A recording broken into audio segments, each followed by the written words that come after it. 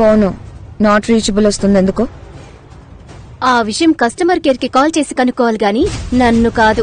నా మీద పంచులేస్తే నాకు నచ్చదు. నేను చున్ని కూడా వేలేదు నీ మీద. అడిగావు, ఆన్సర్ ఇచ్చాను. That's it.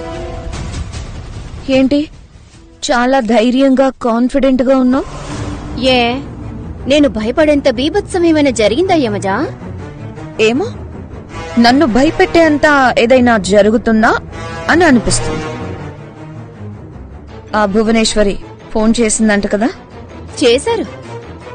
అది చెప్పడానికి వచ్చాను. నీ నంబర్ కూడా నాట్ రీచబులే.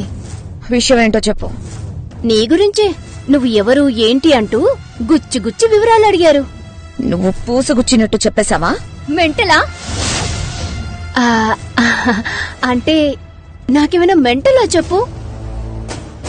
మా అమ్మ నాన్న నీ చేతిలో ఉండగా నేనెందుకంత రిస్క్ చేసి నిజం చెప్తాను? నాకు వాళ్ల ఫ్యామిలీ కన్నా నా ఫ్యామిలీయే కదా ముఖ్యం. ఓకే, ఆ మాత్రం భయం నీలో ఉందంటావు అయితే. ఉంది కాబట్టే కదా నువ్వు చెప్పింది చేస్తున్నాను. లేదంటే నాకేం కర్మ ఇదంతా? గుడ్. ఇంకా ఏమేం అడిగింది? హాస్పిటల్లో అర్జున్ గారి మీద అటాక్ చేసింది నువ్వేనంట కదా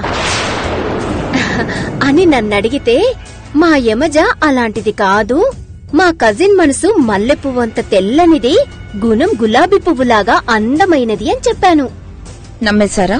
నేను చెప్పింది మొత్తం నమ్మేశారు యమజా.